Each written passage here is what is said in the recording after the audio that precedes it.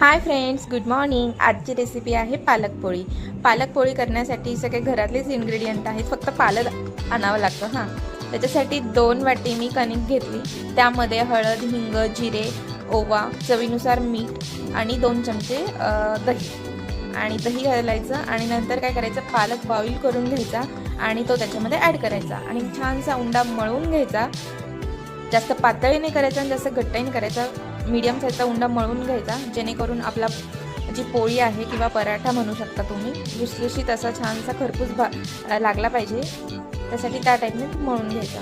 नंतर बघा, छानशी अशी लाटली मी पोळी आणि मस्त खरपूस भाजून घेतली आणि त्यानंतर मी सर्व केलं माझ्या मिस्टरांना. त्यांनाही खूप आवडलं. मी कशासोबतही खाऊ शकता. ही रेसिपी नक्कीच ट्राय करा. थँक्यू.